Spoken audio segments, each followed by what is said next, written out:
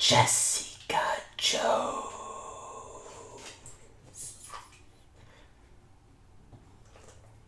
I didn't even realize I was wearing purple.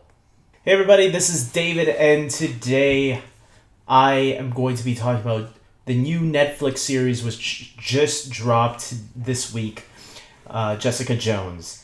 And this is the second Marvel property that has gone exclusively to Netflix. And the first one was Daredevil, which was really good. I really enjoyed that one. And this is the second one, and it connects to Daredevil and the whole Marvel Cinematic Universe. There are actually a couple of references to the Marvel Cinematic Universe. I am going to start off by saying that I really enjoyed this series. I actually even thought it was maybe even a little bit better than Daredevil. Maybe because people overhyped Daredevil so much that it kind of I don't want to say let me down, because I gave Daredevil an 8 out of 10, so that's really good. I still really enjoyed it.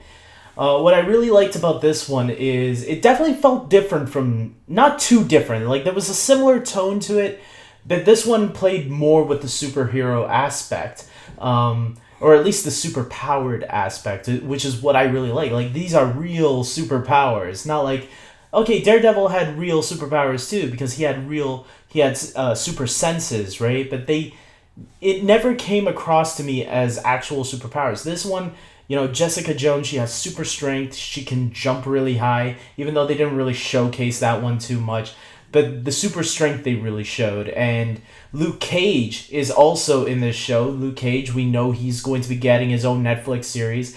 And I can't wait for that, because I thought Luke Cage was definitely a really cool character in this show. Him and Jessica Jones both had really good chemistry, the two actors. Jessica Jones is played by Kristen Ritter, who does a fantastic job. I really enjoyed her in this role. Mike Coulter plays Luke Cage, and I think he does a really good job, and I can't wait to see him leading his own series. It makes me wonder what they're going to do with him, because at the end of this series, I'm not going to spoil it, but they kind of let him go on his own way. I won't say how, but yeah.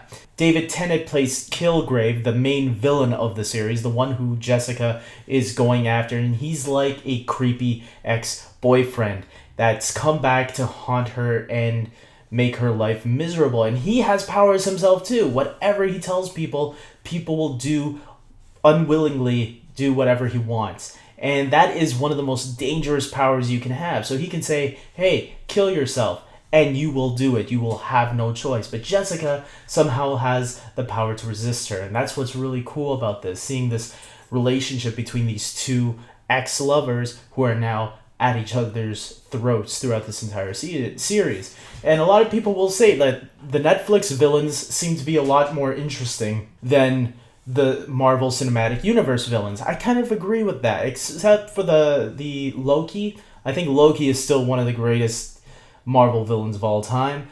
But when you compare him to characters maybe like Jeff Bridges' character from the first Iron Man, or the Dark Elves from Thor: The Dark World, yeah, I can kind of see these villains being a little bit more interesting. I don't think it has to do with them being more human, because Jeff Bridges' character was human. He just wore a metal suit at the end. But these ones are more in depth, and I think like this one in Kingpin.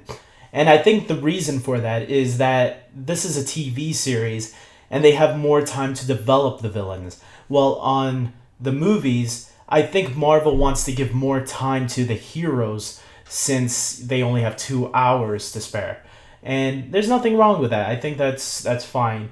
And but yes, he is a very threatening and creepy villain, and you do fear him when he is around. We also get a great range of supporting characters. Carrie-Anne Moss plays this Nick Fury type character, I guess. Not as good as Nick Fury, but she's a hardcore agent that sticks to her rule books, as well as Iko Darville as Malcolm. Iko Darville I known from Power Rangers RPM, so it was actually really cool to see another Power Ranger actor in a Marvel Netflix series. The last one was the guy who played the Russian guy in Daredevil. He also was from Power Rangers, so it was really cool that this time this one gets a little bit more of a slightly bigger role. At first it didn't seem like that because he was acting like a bum or a hobo or something like that.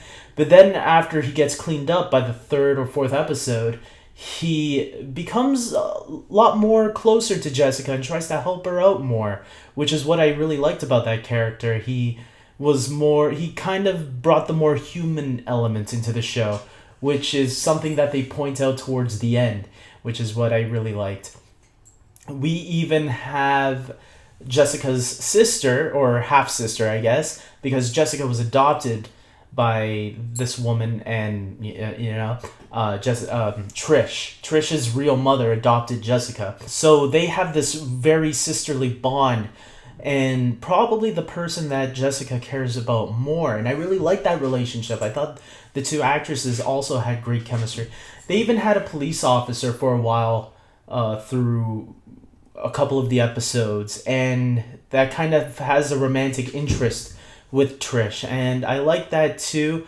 I was kind of sad to see it didn't go in a certain way, but whatever. He's not a character that I'm gonna miss or anything, but I kind of liked it that he was cool at first, and then, oh well.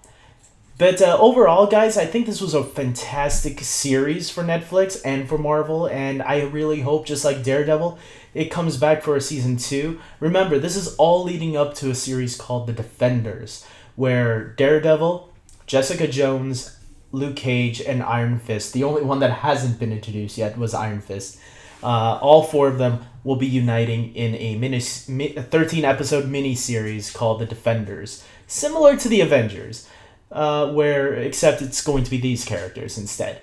And there's a lot of really good Easter eggs throughout this series, some to the larger cinematic universe, some to each other. Make sure you watch Daredevil, because I'm going to say this. Daredevil does not show up. If you're expecting Daredevil like I was kind of expecting, I was hoping for Daredevil to show up sometime towards in the season. He does not show up, but a character from Daredevil does. I won't say who, and I won't say what episode, but someone does, and it's a really nice moment. It kind of helps bridge the 2 series together now, and it gets us a little bit more pumped up for things to come, not just in The Defenders, but in maybe Daredevil Season 2, which is, I think it's done filming by now, or maybe it's almost done filming, but yeah, that's going to be coming soon, so can't wait for that. Can't wait for Luke Cage. Can't wait to find out who's going to be playing Iron Fist. This is all looking good. I'm loving the Netflix. I am going to give this season of Jessica Jones a 8.5 out of 10. Just 0.5 higher than Daredevil. I really enjoyed it. So tell me what you guys thought. If you liked it. If you didn't, comment below. Also, if you like this video, please like it. Show me your support. I could always use that. Let me know that I'm doing a good job at what I'm doing. And subscribe to my channel.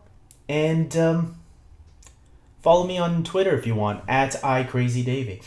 And until next time, guys, I'm leaving it here, okay? So until next time, take care.